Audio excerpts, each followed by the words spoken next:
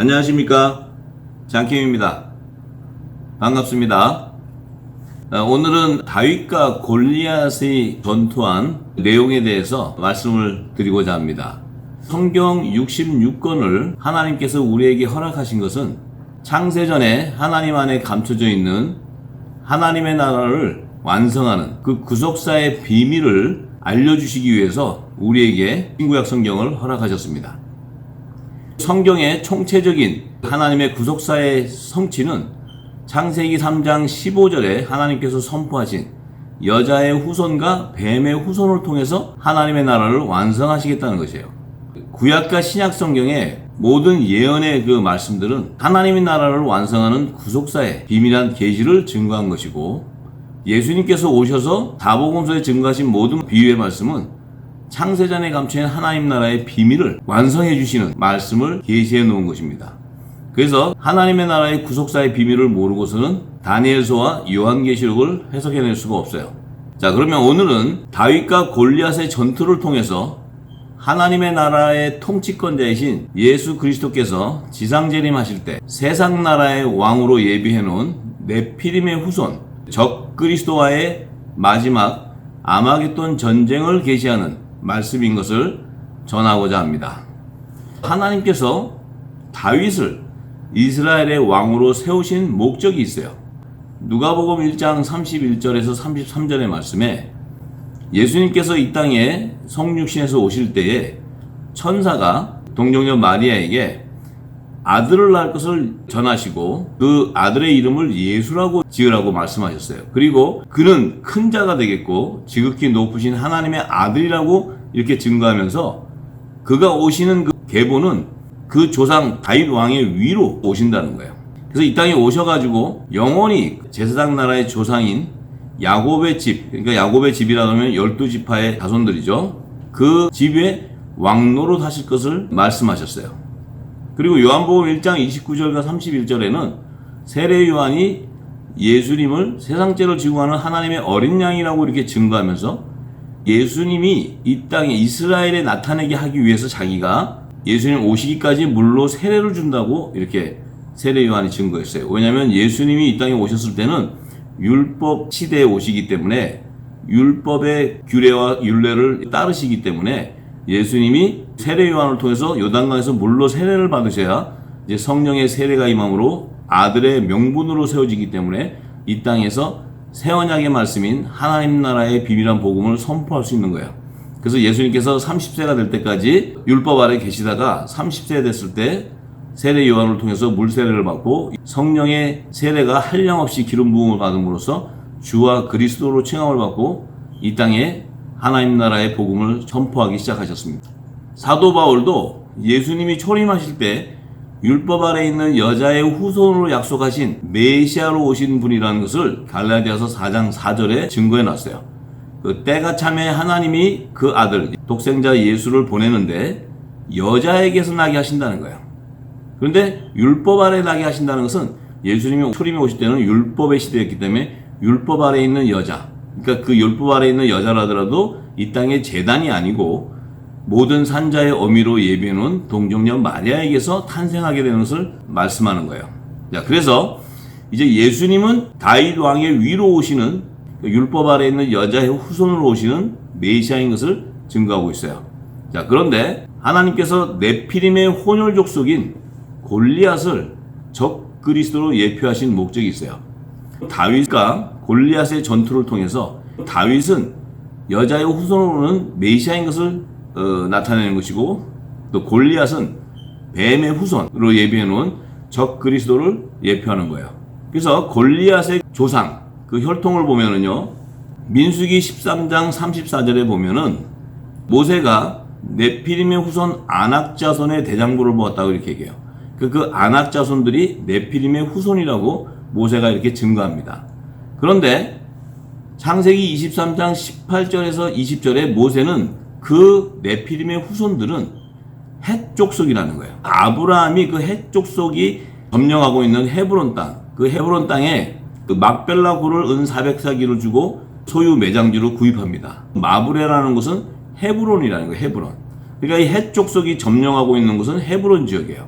그래서 그 아브라함의 소유 매장지를 헤브론 지역의 해쪽 속에서부터 아브라함이 은 400세겔을 주고 구입합니다. 이 헤브론은 아낙자손, 네피림의 후손들이 점령하고 있는 곳이에요. 그래서 그 네피림의 후손들이라는 것은 그 아낙자손은 헷족속을 의미하는 거예요. 그런데 여호수아기 14장 14절에서 15절의 말씀을 보면 갈렙과 여호수아가 가나안 땅을 들어가서 그 헤브론 지역을 점령할 때 여분네 아들 갈렙의 기업으로 그 헤브론을 허락했는데 그 헤브론을 허락한 이유는 갈렙이 이스라엘의 하나님 여호와를 온전히 쫓았기 때문에 그래서 그 헤브론에 있던 그 아낙 자손들 장대한 자들 그들을 볼 때 이스라엘 지파들이 가서 봤을 때 우리는 메뚜기 같다고 이렇게 두려워했어요. 그렇지만 갈렙은 하나님의 구속사의 비밀을 알았기 때문에 저들은 우리의 밥이라고 이렇게 선포하면서 결국 그 산지 헤브론 땅을 갈렙이 다 점령하게 돼요. 근데 그 헤브론의 옛 이름은 길앗 아르바라. 그 아르바라는 것은 아낙 사람 가운데 가장 큰 사람이라는 거예요.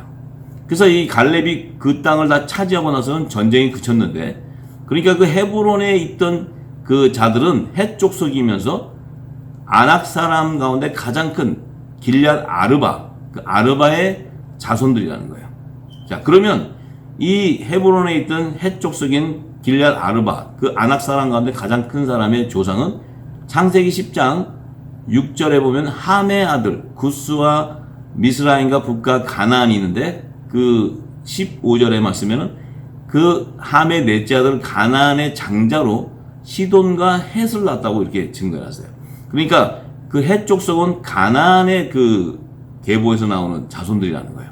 그러면 결국 이 네피림이라든지 길앗 아르바, 아낙 사람들 이들은 헷 족속이라는 거예요.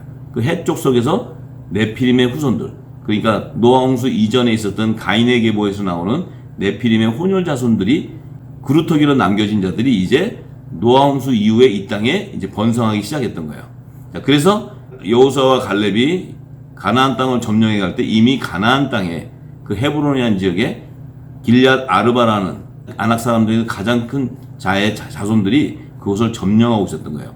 그래서 그것이 바로 아브라함의 품을 점령하고 있었기 때문에 하나님의 종들이 죽어서 머무르는 장소를 점령하고 있기 때문에 갈렙을 통해서 그 장소를 취함으로써 하나님의 종들을 추수하는 구속사의 계시가 열리기 시작하는 거예요. 그런데 여호수아기 14장 12절에 보면 그 아낙 자손들을 여호수아와 갈렙이 들어가서 전쟁을 침으로써 다 쫓아냈어요.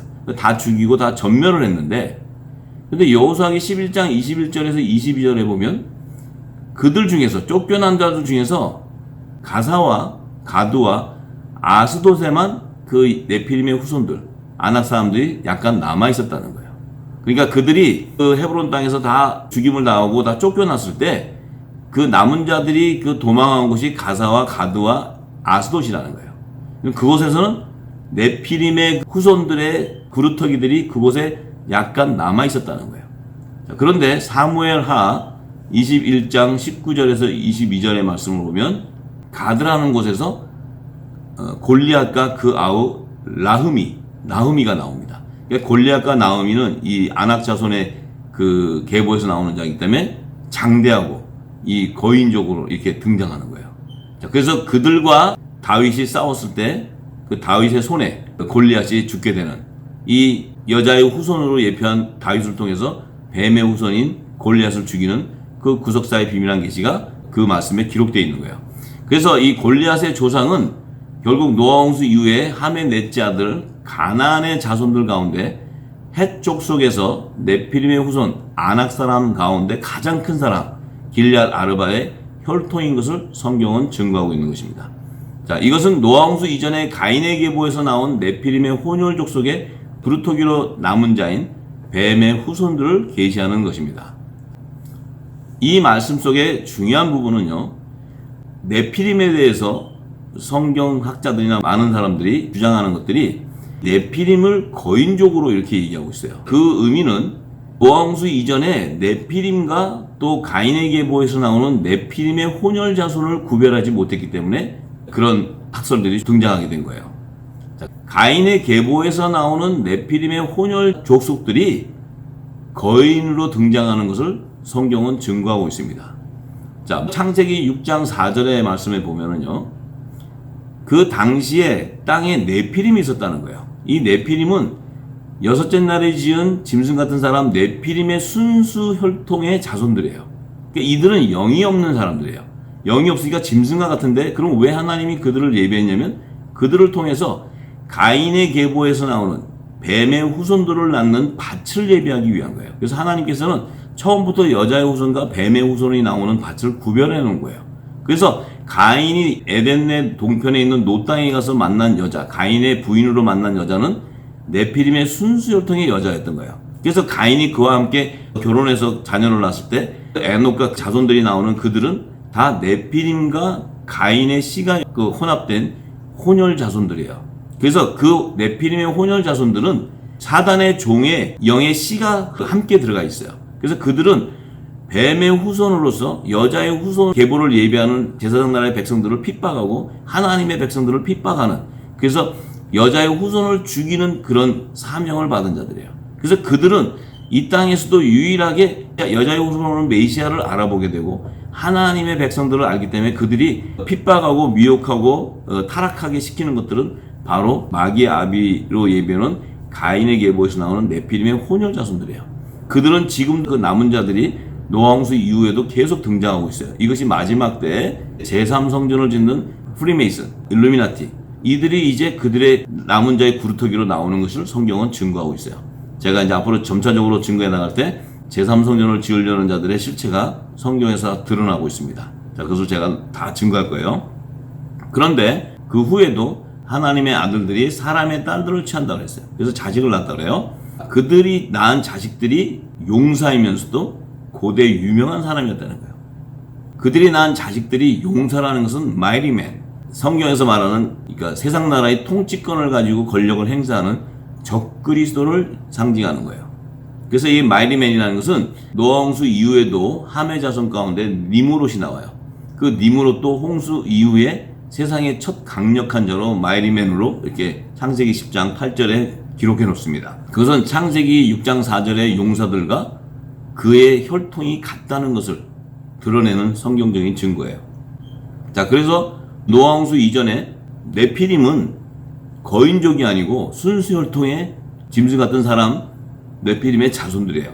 그래서 이 순수 혈통의 네피림은요, 거인족이 아니라는 것이 성경의 증거예요.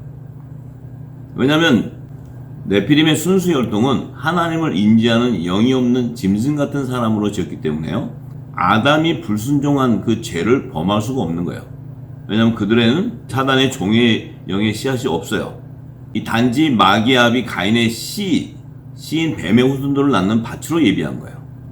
그래서 로마서 5장 14절에 사도 바울은 그들을 알고 아담으로부터 모세까지 아담의 범죄와 같은 죄를 짓지 아니한 자들이 있다는 거예요. 그들이 바로 이 짐승 같은 사람 네피림을 얘기하는 거예요. 이들은 영이 없기 때문에 아담과 같은 범죄를 지을 수가 없어요. 왜냐하면 아담은 하나님이 선악과를 먹지 말라는 그 뜻을 알았는데 불순종하는 범죄를 졌기 때문에 그들은 죄의 종의 열매가 나타나는 거예요. 그런데 이 여섯째 날에 지은 순수혈통의 그 네피림의 자손들은 하나님을 대적할 수 있는 그 사단의 종의 영이 없어요. 그래서 그들은 짐승같이 노아홍수 때 다 모두가 몰살당해서 이 땅에는 흔적이 없는 거예요. 그래서 노아홍수 이전의 네피림은 이 땅에 존재하지 않아요. 그런데 네피림의 혼혈족들은 뱀의 후손들의 열매이기 때문에 그들은 하나님의 말씀을 대적하고 하나님의 백성들을 핍박하는 사단의 종의 영을 갖고 있기 때문에 그들은 이 땅에 세상 나라를 짓는 바벨탑을 세우는 그런 마지막 때도 제3성전을 짓고 또 다니엘세계 정부를 세우는 그들의 혈통들이 이제 등장하게 되는 겁니다. 그래서 이 순수 혈통의 네피림의 뜻은요, 네피림이라는 어원은 그 fall, 떨어지다, 벗어나다, 그 네팔이라는 어원에서 파생된 단어들인데 이 네피림이라는 뜻은 떨어진 자, 벗어난 자는 뜻이에요. 하나님의 구원 계획에서 벗어난 영이 없는 짐승 같은 자들을 의미하는 거죠. 그들은 하나님의 구원 계획이 없는 거예요. 단지 뱀의 후손을 낳는 밭으로 예비된 자들이라는 거예요. 자, 그래서 네피림의 순수 혈통은 거인족이 아니에요.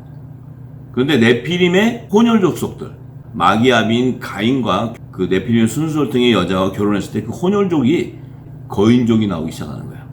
하나님의 아들들과 사람의 딸들이 결혼해서 그 자녀를 놓을 때 그 하나님의 아들들이라는 것은 세세계보에서 나오는 아담의 7대손 에녹이 하나님과 동행하면서 자녀들을 낳았대. 그 자녀들이 바로 하나님의 자녀들을 얘기하는 거예요. 하나님의 아들들. 그들이 가인의 계보에서 나오는 그 음녀, 나아마의 자손들, 그들이 하나님의 아들들을 미혹해서 타락시키는 거예요. 그래서 그들과 음란으로 또 물질로 탐욕으로 다 혼잡하게 이룸으로써 하나님의 아들들이 미혹되어가지고 사람의 딸 음녀들랑 결혼함으로써 낳은 자식들이 고대 용사라는 거예요. 그들이 육체가 되는 거예요. 그래서 그들은 다 멸망당하는데 그래도 그들 안에는 죄의 종의 영이 있어요. 근데 그들은 세상 나라를 세워야 되는 그 권세를 하나님이 주셨기 때문에 그들은 고대 용사라는 것은 마이리맨, 거인족을 얘기하는 거예요. 거인족. 강력한 권세를 가진 자. 그래서 노아홍수 이후에 함의 자손인 니므롯도 마이리맨이라고 창세기 10장 8절에 얘기하는 것은 그도 최초의 바벨탑을 세우는 하나님을 대적하기 위해서 이 땅에 세상 나라를 세우는 강력한 그런 거대한 영웅이라는 게 거인족을 얘기하는 거예요. 자, 그래서 노아홍수 이후에 바벨탑을 세우게 되는 네피림의 혼혈 자손들이 이 땅에 번성하기 시작하면서 이제 마지막 때가 되면 최후의 바벨탑으로 단일 세계 정부를 세우는 거예요. 그들이 바로 적그리스도 세력들이며 그들이 바로 네피림의 후손들의 혈통으로 이 땅의 마지막 때 등장하는 거예요. 이들은 유대인같이 행사하지만 유대인이 아닌 사단의 회예요. 그래서 그들이 이미 예수님이 오실 당시에 헤롯 성전도 점령하고 있었고 또 솔로몬 성전을 건축하는 자들도 바로 사단의 회인 두로 사람들이 그 석공들이 와가지고 솔로몬 성전을 짓습니다. 그래서 제가 다음 편에는 다윗과 솔로몬에 대해서 얘기할 때 그 솔로몬 성전을 짓는 자들이 하나님의 백성이 아니고 사단의 회들이 와서 짓는 것을 성경은 증거하고 있는 것을 제가 다 증거해 드릴 것이에요. 그래서 마지막 때 제3성전을 건축하려는 이 석공들이 프리메이슨이 실체가 바로 네피림의 혼혈 자손들의 열매들이 등장하게 되는 것이에요. 그들이 마지막에 이제 재림하시는 예수 그리스도를 대적하기 위해서 이 땅에 세상 나라를 최후의 바벨탑을 세우게 돼요. 그렇지만 마지막 아마겟돈 전쟁에서 그들이 전부 세상 나라가 멸망당하는 것이 요한계시록의 예언입니다. 자, 그러니까 우리가 잘 알아야 되는 것은 이 당시에 있었던 네피림은 하나님의 구원 계획에 속하지 않은 벗어난 떨어져 있는 그 자들이라는 거예요. 그래서 그들은 거인족을 얘기하는 게 아니에요. 자, 그리고 하나님의 아들들과 사람의 딸들이 결혼해서 낳은 그 육체가 되는 용사, 고대 용사, 이들이 바로 거인족이 되는 거예요. 그래서 그들이 이제 등장하는 것이 니므롯도 등장하고 이제 골리앗도 등장하고 이러한 거인족들이 이제 나타나기 시작하는 거예요. 자, 그런데 지금 모세가 창세기에 하나님의 구속사로 언급한 그 순수혈통의 네피림과 가인의 계보에서 나오는 네피림의 혼혈 자손들의 실체를 분별하지 못한 결과로 하나님의 아들들을 하늘에서 떨어진 타락한 천사로 해석해서 사람의 딸들과 결혼해서 네피림을 낳았다고 이렇게 어처구니 없는 주장을 하고 있습니다. 천사는 영물이기 때문에 육체를 가지고 있지 않기 때문에 사람과 관계를 할 수도 없고 또 그들은 육체가 없기 때문에 구원이 뭔지도 몰라요. 그리고 천사는 하나님의 아들들이 부리는 종들이에요. 히브리서 1장에 기록되어 있어요. 성경은 그것을 증거하고 있는데 이렇게 사단의 회들은 하나님의 아들들이 타락한 천사로 얘기해서 이제 마지막 때 외계인도 나오게 하고 이런 거짓 주장을 통해서 하나님의 백성들을 진리로 가지 못하게 회방하고 방해하는 거예요. 이것을 우리가 잘 알아야 됩니다. 성경은 하나님의 아들과 천사가 관계했다는 내용이 없어요. 자기들이 추측해서 얘기하는 거예요. 그러니까 그 영물하고 사람하고 관계를 한다는 자체는 이거는 말도 되지 않는 그런 어처구니 없는 주장을 하고 있는 거예요. 이제는 하나님의 아들들이 천사라고 주장하는 그들의 말을 쫓아가는 자들은 전부 다 짐승의 표를 받게 돼요. 여러분들도 다 그걸 알아야 됩니다. 자, 그래서 이제 다윗과 골리앗이 전투하는 계시의 말씀을 통해서 창세기 3장 15절에 하나님의 구속사의 계시를 성취하는 말씀을 함께 나누기 원합니다. 사무엘상 17장 47절에서 50절의 말씀에 보면 블레셋 사람 골리앗이 이스라엘 백성들을 조롱하면서 이스라엘 진영으로 다가올 때 다윗이 그것을 보게 돼요. 다윗이 그 소리를 듣고 이제 물맷돌을 준비해서 골리앗을 향해 달려나가면서 그가 시내에서 취했던 돌을 물매에다 넣어서 돌려서 던져요. 그래서 그 블레셋 사람 골리앗의 이마에 이 돌이 박힘으로써 그 골리앗이 쓰러지고 죽는 것이 이 다윗과 골리앗의 전투의 계시예요. 그런데 여기에서 다윗이 이렇게 증거합니다. 그를 죽일 때 자진은 그가 가진 창과 칼을 가지고 나가는 것이 아니고 만군의 여호와 이름으로 나간다고 이렇게 얘기합니다. 이 말씀 가운데 다윗은 여자의 후손으로 오시는 메시아를 예표하는 거예요. 다윗이 물매에서 던진 돌이 골리앗의 정수리에 박혔다는 것은 이 골리앗은 뱀의 후손, 그러니까 네피림의 혼혈 자손이죠. 뱀의 후손의 정수리를 치는 이 창세기 3장 15절의 구속사의 완성을 이루는 계시의 말씀이에요. 다윗이 던졌을 때 그 돌이 골리앗의 정수리에 맞아서 죽은 것은 여자의 후손이 뜨인 돌로 뱀의 후손의 정수리를 쳐서 하나님의 나라를 완성하는 구속사를 성취하는 계시의 말씀이에요. 여기서 물맷돌을 의미하는 것은 사무엘상 17장 40절에 보면 다윗의 손에 막대기를 가지고 시내에 가서 매끄러운 돌 5을 골랐대요. 그래서 그 돌 5을 가지고 주머니에 넣고 이제 그 골리앗에게 나가가지고 이 돌을 던졌는데 5개의 돌 중에 다윗은 하나의 돌로 승부를 냈어요. 그런데 다윗이 던졌던 물 안에 있었던 돌은 죽어있던 돌인데 이 돌을 다윗이 골라서 건져냈을 때 그 돌은 산돌이 되는 거예요. 산돌. 죽은 돌이 아니고 산돌. 이 산돌이라는 것은 예수 그리스도를 상징하는 거예요. 그래서 예수 그리스도께서 오셔서 하신 만군의 여호와의 말씀은 바로 새 언약의 말씀을 증거하는 거예요. 다윗이 시내에서 건진 이 돌은 물로 세례를 받은 정결한 산돌을 얘기하는 것이고 예수 그리스도를 증거하는 거예요. 그래서 이 돌이 던져졌을 때 정수리에 맞았다는 것은 이 돌은 다윗의 손에서 던져졌다는 것은 뜨인 돌을 얘기하는 거예요. 뜨인 돌. 이 돌이 날아가면서 뱀의 후손에 정수리를 쳤다는 것은 마귀들을 십자가에 못 박아버리는 그 구속사의 완성을 이루는 계시의 말씀이에요. 자, 그래서 다윗이 시내에서 건진 5개의 물맷돌의 의미는 등에 기름을 준비한 슬기로운 5 처녀들을 예표하는 거예요. 이 5 처녀들은 새 언약의 말씀에 기름 부음 받은 하나님의 아들을 예표하는 거예요. 아들들, 빛의 아들들. 이들에게는 만군의 여호와의 말씀이 바로 새 언약의 말씀을 가지고 있는 거예요. 그래서 마지막 때 계시록 11장에 보면 그 하나님의 아들 2 증인 가운데 입에서 불의 말씀이 나가는 그들이 바로 이 뜨인 돌을 예수 그리스도의 그 새 언약의 말씀을 증거할 때 이 마귀들이 대적할 때 그들이 다 멸망당하는 것을 증거해 놓습니다. 그래서 이 뜨인 돌이 나간다는 것은 예수 그리스도의 새 언약의 말씀이 그들의 정수를 칠 때 이제 하나님의 나라가 완성되는 거예요. 다윗이 시내에서 건진 5개의 돌은 등에 기름을 준비한 슬기로운 5 처녀를 예표하는 것입니다. 자, 그래서 다니엘서 2장 44절에서 45절에 보면은요, 이 다니엘이 느부갓네살 왕의 꿈을 해몽해 주면서 이렇게 얘기합니다. 이 열왕의 때로 마지막 때를 나타내는 거예요. 하늘의 하나님이 한 나라를 세우시는데 이 한 나라는 메시아의 왕국을 얘기해요. 이것은 영원히 망하지도 아니할 것이요, 영원한 메시아의 왕국을 얘기합니다. 근데 그 국권이 다른 백성에게로 돌아가지도 아니하고 도리어 이 모든 나라를 쳐서 멸하고 영원히 설 것이다. 이 땅에 세운 최후의 바벨탑, 이 세계 단일 정부, 세상 나라를 다 쳐서 부서뜨린다는 거예요.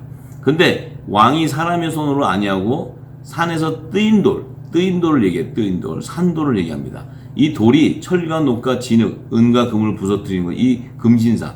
금신상이라는 것은 마지막 때 최후의 바벨탑으로 단일 정부를 세우는 그 금신상을 부숴버리는 거예요. 뜨인 돌이. 이 뜨인 돌은 바로 예수 그리스도의 새 언약의 말씀을 증거하는 거예요. 그래서 이 하나님이 장래를 느부갓네살 왕에게 알리신 것이라고 이 꿈이 참되고 해석이 확실하다. 이것은 마지막 때 일어날 일들에 대한 계시의 말씀을 다니엘이 느부갓네살 왕에게 해석해 주는 거예요. 이 의미는 마지막 때 요한계시록은 셋째 화의 시기는 7 대접 심판이 임하는데 그 후 3년 만에 7 대접 심판 때 마지막 6번째 대접 심판이 임할 때 계시록 16장 14절에서 16절에 귀신의 영, 이적을 해서 온 천하의 임금들이 다 모여가지고 하나님과 전능하신 이의 큰 날에 전쟁을 위해 그들이 모이는 거예요. 이들이 이제 아마겟돈 전쟁을 위해서 이 세상 왕들이 모이는데 그때 이 세 영이 히브리음으로 아마겟돈이라는 곳에서 왕들을 모으는 거예요. 그 왕들이 모여서 이제 아마겟돈 전쟁을 칠 때 예수님께서 지상재림할 때 그들을 모두 다 멸망시키는, 이 뜨인 돌로 다 멸망시키는 그 예언적인 계시의 말씀입니다. 그래서 다윗과 골리앗의 전투에서 다윗이 던진 그 돌은, 골리앗의 정수를 친 돌은 뜨인 돌을 계시하는 것이고, 그 뜨인 돌은 다니엘을 통해서 마지막 때 그 세상 나라를 멸망시키는 그 예언적인 계시고, 그것이 사도 요한을 통해서 계시록 16장 14절에 16절에 마지막 아마겟돈 전쟁 때 최후의 바벨탑으로서는 세상 나라를 멸망시키는 그 뜨인 돌에 대한 예언적인 계시를 증거하는 말씀이에요. 그래서 다윗과 골리앗의 전투는 마지막 때 아마겟돈 전쟁을 통해서 세상 나라로 세운 적그리스도들이 멸망당하는 것을 계시하는 말씀입니다.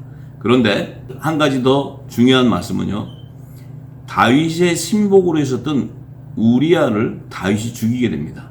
하나님의 뜻을 깨달은 다윗이 우리아를 죽인 것을 성경은 증거하고 있어요. 다윗이 신복인 우리아를 죽인 이유가 있습니다. 우리아는 사무엘하 11장 17절에 보면 성 사람들이 나와서 요압으로 더불어 싸울 때 다윗의 신복 중 몇 사람이 엎드러지고 햇사람 우리아도 죽었다는 거예요. 자, 이 다윗의 신복인 우리아는 네피림의 후손의 씨가 있는 햇사람이라는 거예요.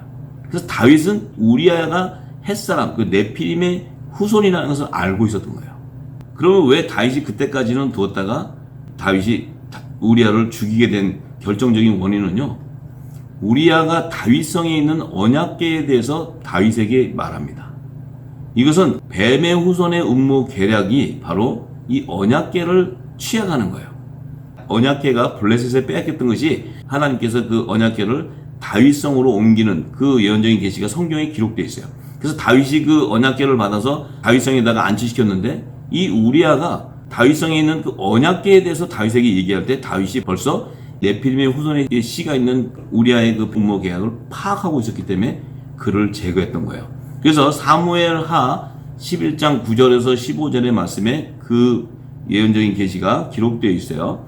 자, 우리아가 그때 전쟁터에 있다가 왔을 때 우리아가 집으로 가지 않고 다윗 왕궁 문에서 그 다윗의 신복들과 더불어 자고 있었어요. 그런데 그 신복들이 우리아가 자기 집에 가지 아니하였다고 다윗에게 이렇게 고해요. 그러니까 다윗이 우리아에게 이렇게 물어봅니다. 내가 왜 네 집으로 가다 돌아왔느냐? 어째 내 집에 가서 자지 않고 여기 신복들과 함께 왕궁 문에서 잤느냐 하니까 우리아가 다윗에게 얘기하되 언약궤, 그러니까 이 다윗성 안에 있는 언약궤를 얘기해요. 우리아가. 지금 왜 우리아가 갑자기 언약궤에 대한 얘기를 하고 이스라엘과 유다가 영체 가운데 유하고 내 주 요압과 내 왕의 신복들이 그 다윗성 바깥들에서 유진하였거늘 내가 어찌 집으로 가서 먹고 마시고 내 처와 같이 자리이까? 내가 이 일을 행치 아니하기로 왕의 사심과 왕의 혼의 사심을 가리켜 맹세합니다. 자, 지금 우리아는 거짓을 얘기하고 있어요. 내가 왕의 사심과 왕의 혼의 사심을 가리켜 맹세하기 위해서 저는 이 언약궤와 이스라엘과 유다의 영체가 있는 이곳을 지키기를 원합니다. 근데 그곳에는 이미 다윗의 신복인 요압과 그 왕의 신복들이 바깥에 지키고 있는데 우리아도 그곳에 자기도 지키겠다는 거예요.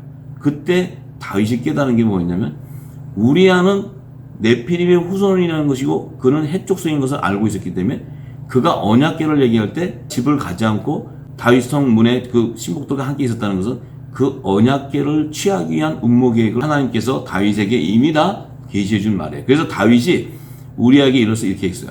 오늘도 네가 안 가고 여기 있겠느냐? 내일은 내가 너를 보내리니 우리아가 그날에 예루살렘에 유하니라. 이튿날 다윗이 저를 불러서 저로 그 앞에서 먹고 마시고 취하게 하니 저녁 때 저가 나가서 그 주의 신복으로 더불어 침상에 눕고 그 집으로 내려가지 아니하리라. 아침이 되면 다윗이 이제 편지를 보내요. 그래서 우리아에게 손에 붙여서 요압에게 갖다 주라 그래요. 그 편지 내용에는 요압에게 이 우리아를 맹렬한 싸움에 앞서서 두고 너희는 뒤로 물러가서 그 우리아를 그 전쟁에서 맞아 죽게 하라. 이것은 여자의 후손을 예표하는 다윗의 신복으로 와 있는 그가 바로 네피림의 후손인 적그리스도의 음모 계획을 가지고 있는 적그리스도라는 것을 알고 다윗이 제거합니다. 이것을 분명히 알아야 돼요. 왜냐하면 예수님께서도 성찬을 통해서 12제자 가운데 가룟 유다를 마귀의 아들, 그가 마귀라고 얘기하고 그가 나를 죽일 자라고 얘기해요. 그를 예수님께서 12제자에서 제거합니다. 자, 이것이 여자의 후손과 뱀의 후손을 통해서 하나님 나라를 완성하는 구속사의 비밀한 계시예요. 그래서 다윗이 블레셋을 빼앗겼던 언약궤를 알고 있었기 때문에 블레셋 사람 골리앗이 해쪽 속에서 나온 네피림의 후손, 곧 뱀의 후손이 언약궤를 취하려는 음모 계략을 알고 있었기 때문에 우리아를 죽이게 되는 거예요. 자, 그래서 그 우리아는 바로 함의 아들, 가나안의 장자, 시돈과 해쪽 속에서 나오는 네피림의 후손의 혈통으로 나오는 적그리스도를 예고합니다. 그래서 하나님께서 다윗을 통해서 우리아를 제거하게 하는 거예요. 그래서 다윗이 그 언약궤를 다윗성에서 지키게 하는 거예요. 이것이 비밀한 하나님의 구속사의 계시입니다. 그래서 사도 바울은 다윗이 행한 그 하나님의 구속사의 비밀을 알고 안디옥 회당에서 가르칠 때 예수님이 다윗의 자손으로 오시는 구원자이심을 이 바울이 선포할 때 하나님이 다윗은 내 마음에 합한 자라고 얘기하며 또 그 다윗은 내 뜻을 다 이루는 자라고 이렇게 증거했어요. 그것은 바로 다윗을 통해서는 다윗성에 안치한 하나님의 언약궤를 지키게 하는 그 구속사의 비밀을 깨달은 다윗이 우리아를 제거했을 때 하나님의 뜻을 다 이룬 자라고 얘기하는 거예요. 그리고 로마서 4장 6절에서 8절에 하나님의 의로 여기심을 받은 사람의 행복에 대해서 다윗의 말한 바 그 불법을 사하심을 받고 그 죄를 가리우심을 받는 자는 복이 있다. 주께서 그 죄를 인정치 아니하실 사람은 복이 있도다고 이렇게 증거했어요. 왜냐하면 다윗이 우리아의 아내 밧세바를 취해서 밧세바를 통해서 솔로몬 왕이 나옵니다. 그런데 그 범죄한 거에 대해서 하나님이 그 죄를 인정치 않는다는 거예요. 왜냐하면 다윗은 하나님의 마음에 합한 자고 하나님의 뜻을 이루는 자고 의의 직분자이기 때문에 그래요. 그래서 다윗이 우리아를 죽였던 것은 다윗성에 있는 언약궤를 지키고 보호하기 위한 하나님의 뜻을 이룬 자이기 때문에 그래요. 그래서 하나님께서는 다윗을 합한 자라고 그러고 그의 불법을 인정하지 않는다고 이렇게 증거해 놓은 것입니다. 지금까지 성경을 해석하는 많은 분들이 그 하나님의 구속사의 비밀한 계시를 몰랐기 때문에 다윗이 자신의 신복 우리아를 죽인 것에 대해서 다윗을 불법을 행한 자로 이렇게 증거하고 있어요. 근데 하나님의 뜻은 그렇지가 않아요. 그의 불법은 인정하지 않고 그가 하나님의 뜻을 이룬 자라고 하나님이 내 마음에 합한 자라고 이렇게 증거합니다. 그래서 다음 시간에는 다윗과 솔로몬 왕을 통해서 하나님의 아들과 종의 사명을 전하고자 합니다. 시청해 주셔서 감사합니다.